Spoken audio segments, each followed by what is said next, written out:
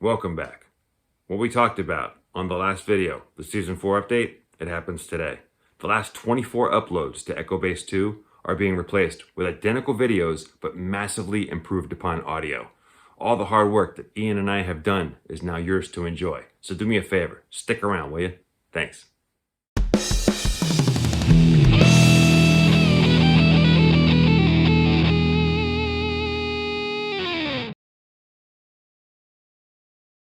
First of all, a huge thank you to all of you who have stayed with us during the 6+ months that we have not put anything out. Ian Rushforth and myself have been hard at work behind the scenes on all things this album. And even though we're both full-time working family men, a good chunk of our free time daily has been spent sending pieces of the bass for this album back and forth so that this could be improved upon, that could be fixed, and so on. Let's get started. If you're familiar with my channel, you probably already know this. If you're new here, you might not, but there's 9 songs on Injustice for All, and 5 of them had their isolated tracks leaked along with a bunch of other Metallica isolated tracks back in 2009 when the Guitar Hero and Rock Band games came out. It's a long story. The point is, 4 bass tracks on this album did not exist until this new software that we discovered came along, and Ian has had a breakthrough at this software. In fact, he took 6 or 7 stems and took the best parts of those stems and weaved them together for the 4 songs that don't have bass stems and created what we call the super stems. And it's basically the best parts of all the stems because a lot of these stems, they have volume or audio problems where the volume will fluctuate or the treble to bass will go, it'll flare back and forth between bright to not bright. It's super annoying. But to have the best parts to give you the maximum of what Jason played is really ideal, and that's what he ended up doing for the 4 songs that used to not have bass tracks. And before we go any further, I do have a special message from Ian for you all.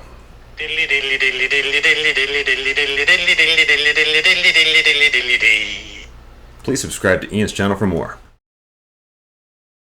While Ian was creating these stems, I had some breakthroughs of my own. The first being how to get them to cut through, which is to double everything, and the second being the plugins that I used to make this sound more like Jason's bass tone on the leaked Guitar Hero Rock Band tracks, and less like the stems that the software spits out when you ask it to. And lastly, the third breakthrough I had was on the automation. While he was working on these super stems, I spent a lot of time perfecting the automation on these stems. This is the most advanced automation work I've ever done in my life, and I only started doing automation when I started this channel.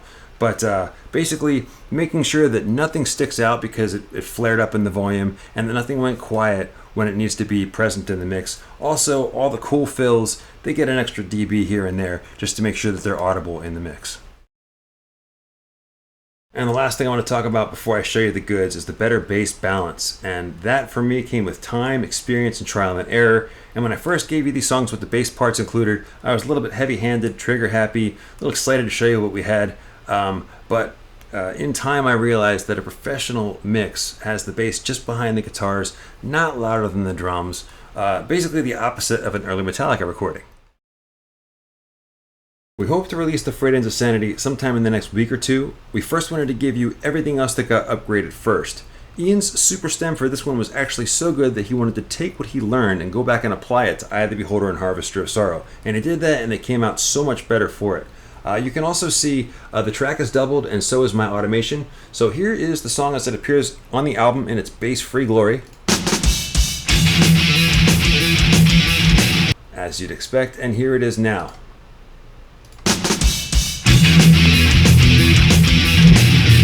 So much better with bass. So with the bass being nice and loud on the Garage Days EP, I was really happy with the way those 5 bass stems came out. No need for me to go back and rehash those. Breadfan and the Prince, the B-sides from the Injustice for All album, are slightly quiet. They're a little bit louder bass-wise in the mix compared to the rough mixes that we got for the Justice for All boxed set, but they're still kind of quiet. And I wanted to make sure that these were as good as we could get them. So here's Breadfan as it appears as a B-side, however you got it on a single, on an EP, whatever. Right, and here it is now. Just loud enough for it to be present in the mix. And of course the Prince.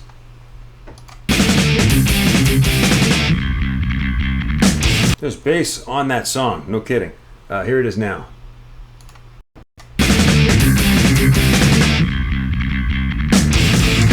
Just a little bit more edge. Of course, the album opener, Blackened.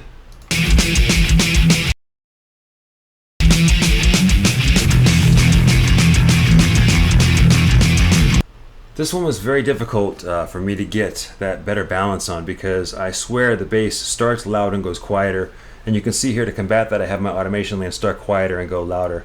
But every morning for about 3 weeks I'd get this into my car and just be unhappy with like 15 different things, so it's very time consuming to get this one to where I was happy with it. And now a word from our sponsors. Your Metallica sounds like this.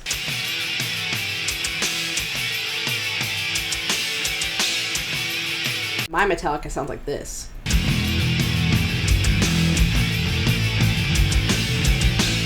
Where did you find that? Echo Bass YouTube. They've got all the early Metallica with the bass parts fixed. With there being no unofficially leaked bass track for Eye of the Beholder, the automation on this one was absolutely nuts because we had to use a stem, and those stems like to go from bright to not bright to bright, from treble to bass to treble. So to combat that, I had a dedicated bright track, which was for every time that it went dull or dark. This had all the EQ at the upper register brightened, and this is for when it didn't have that problem. And as you can see, it trades off in real time.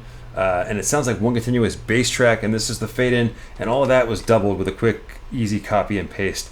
And this might look nuts, but the final mix will speak for itself. Of all the updates that have happened to all the songs that are about to drop on Echo Bass 2, the most significant has to be the no fade version of Eye of the Beholder. This was all Ian. This was his brainchild. From the start, he had a vision of this starting like it does on the rough mix, but with the remastered audio. And what he did was, on the song itself, on the album, we get the last 13 times through. It actually plays 16 times. So on the 15th and 16th measure, he looped that intro riff, and now it never fades. So we have a version of this song now that has no fade in the beginning like it does on the rough mix. And this right here is the automation that I did based on his suggestions to the bass stem, which is all new as well.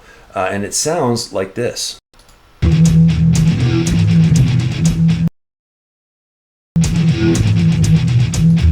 And if you can hear that,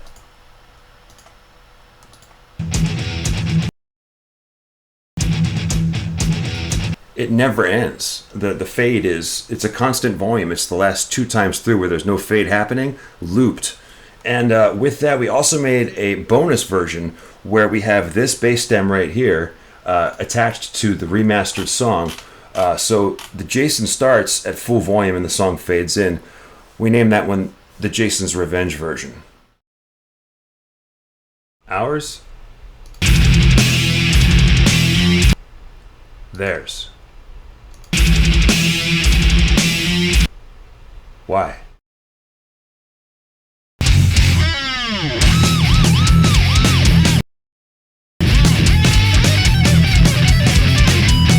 I read in one of those guitar magazines that Kirk Hammett was not happy with his guitar tone on Justice for All. I don't know what the hell he's talking about. I wonder if he still feels that way.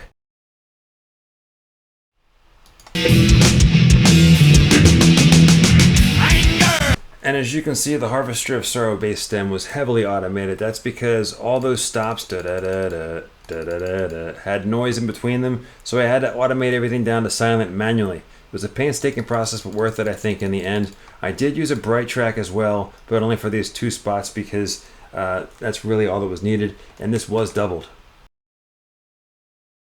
Not sure how many of you guys are with us during Season 3, but we gave Orion 3 different endings. The regular ending, the Infinity ending, and the Gong ending, because the song ends with a gong on the isolated tracks.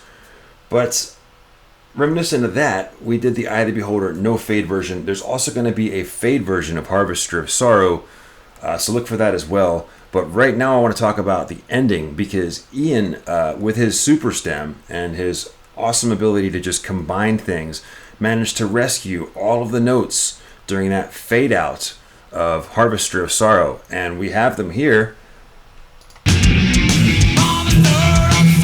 I'm just going to isolate them real quick. and they're all there. So props to him, because now we have the full Harvester of Sorrow bass stem. Not to worry now, because Freight into Sanity was 95% done last week. So now that all this audio is upgraded and behind us, that's all we have to do in the next week or two is give you Freight ends.